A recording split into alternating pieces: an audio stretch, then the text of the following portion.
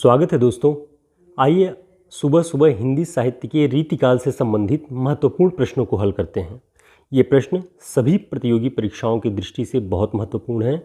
आने वाली assistant professor की परीक्षा और यूजीसी नेट की परीक्षाओं में ये आपके लिए काफ़ी हेल्पफुल होगा। पहला प्रश्न है, निम्न में से किस कवि की रचनाओं में फागोत्सव का वर्णन अधिक मिलता है? फाग का जो उत्सव होता है उसका वर्णन अधिक किसकी रचनाओं में मिलता है? ऑप्शन है कविगंग, सूरदास, पद्माकर, बेनी प्रवीण। तो बताएं इसका सही उत्तर क्या होगा? इसका सही उत्तर है पद्माकर। पद्माकर की रचनाओं में फागोत्सव का वर्णन अधिक मिलता है, बच्चन सिंह जी ने लिखा है।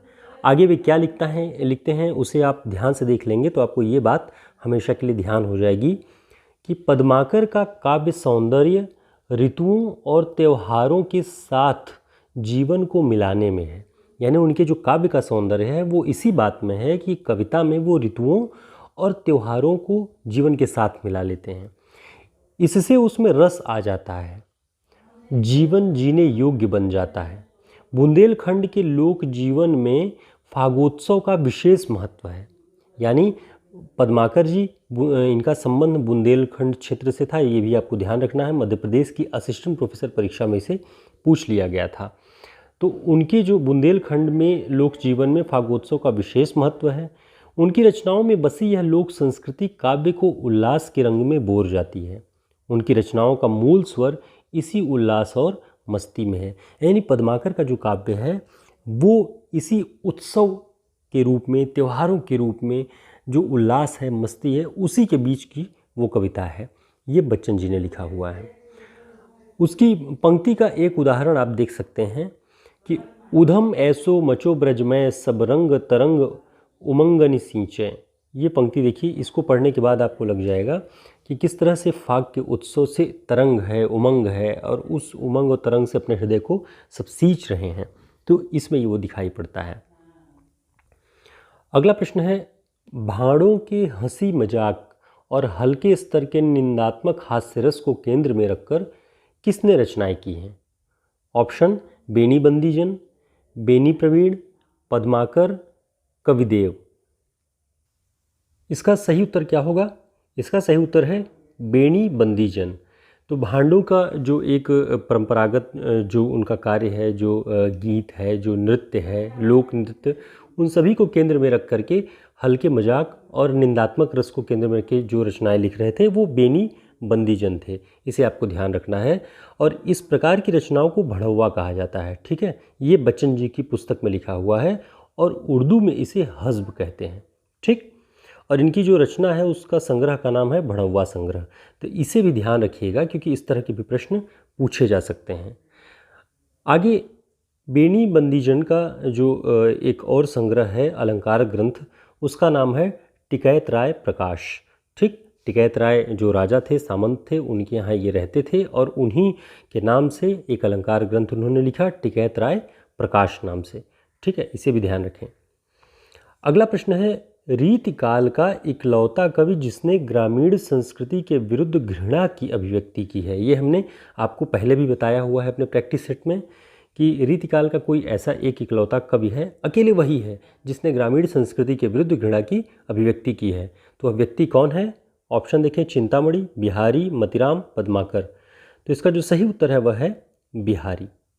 बच्चन सिंह लिखते हैं कि बिहारी ही इकलौते ऐसे व्यक्ति हैं, कवि हैं, जिन्होंने ग्रामीण संस्कृति के विरुद्ध घृणा की अभिव्यक्ति की है और नागर संस्कृति को श्रेष्ठ माना हुआ है उसके बरक्स। ठीक दोस्तों, इस तरह के प्रैक्टिस सेट आपको हमारे हिंदी साहित्य के शॉर्ट नोट्स में मिल जाएंगे। हमने आपको पहले कई बार भी सूचनाएं दी हुई हैं कि इसे PDF रूप में या प्रिंट फॉर्म में किसी भी रूप में जो सुविधाजनक हो आपको हमारे इस नंबर पे संपर्क करके इसे ऑर्डर कर सकते हैं।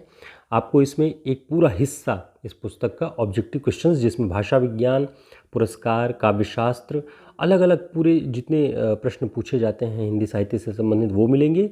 और एक पूरे हिस्से में 35 बड़े रचनाकारों के सारे प्रश्न जो पूछे जाते हैं उनकी रचनाओं, वन लाइनर फैक्ट्स इसमें हैं। तो आपके लिए काफ़ी हेल्पफुल होगा आने वाली असिस्टेंट प्रोफेसर की परीक्षाओं के लिए। हरियाणा, छत्तीसगढ़, उत्तर प्रदेश सभी में उपयोगी होगा। अगला प्रश्न है, रावरे रूप को रीति अनूप, नयो नयो लागत ज्यों ज्यों निहारिये। यह पंक्ति किस कवि द्वारा रचित है? ऑप्शन है विद्यापति, बिहारी, घनानंद, मतीराम। तो इसका सही उत्तर क्या होगा बताएं? इसका सही उत्तर होगा घनानंद। घनानंद की पंक्ति है, रावरे रूप को रीति अनूप, नयो नयो लागत ज्यों ज्यों निहारिये। जितना ज़्यादा देखते जाएं, जितना अधिक देखते जाएं, उतना नया लगने लगता है रूप। इसी तरीके की बातें विद्यापति की भी रचनाओं में भी मिलती हैं। तो इसे आपको ध्यान रखना, ये घनानंद की है। अगला प्रश्न है, इश्कनामा और विरह वागीश, इन दोनों ग्रंथों के रचनाकार कौन हैं? ऑप्शन घनानंद, बोधा, आलम, ठाकुर। तो इसका सही उत्तर है बोधा। बोधा की रचनाएं हैं इश्कनामा और विरह वागीश। अब इसके बारे में आपको महत्वपूर्ण बात बता दें, जो बच्चन जी की पुस्तक में है, आप अगर उस पुस्तक को पढ़े हैं तो आपको दिखा होगा, नहीं पढ़े हैं तो हम आपको बता रहे हैं। इश्कनामा जो रचना है बोधा की, उसका नाम उन्होंने बताया है बिरही सुभान दंपति विलास, और विरह वागीश का नाम बताया उन्होंने माधवानल कामकंदला चरित्र। तो इन दोनों के जो उपनाम हैं, इसे ध्यान रखिएगा आप, ये बोधा की रचनाएं हैं, बहुत महत्वपूर्ण है ये। अगला प्रश्न है, अयोध्या के राजा मानसिंह का साहित्यिक नाम क्या था?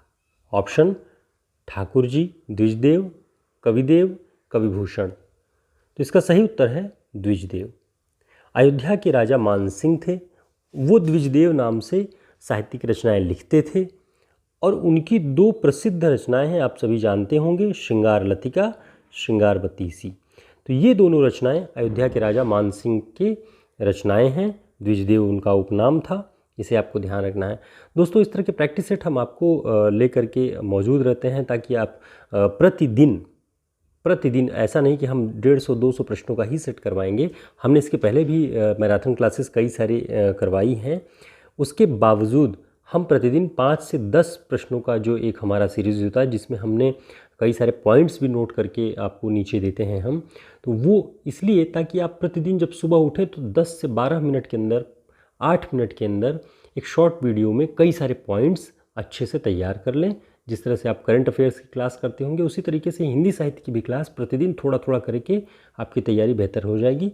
तो हम फिर मिलेंगे एक नए वीडियो में, तब तक के लिए नमस्कार, शुभकामनाएं। चैनल को सब्सक्राइब कर लीजिएगा और वीडियो को लाइक ज़रूर कर दीजिएगा। नमस्कार।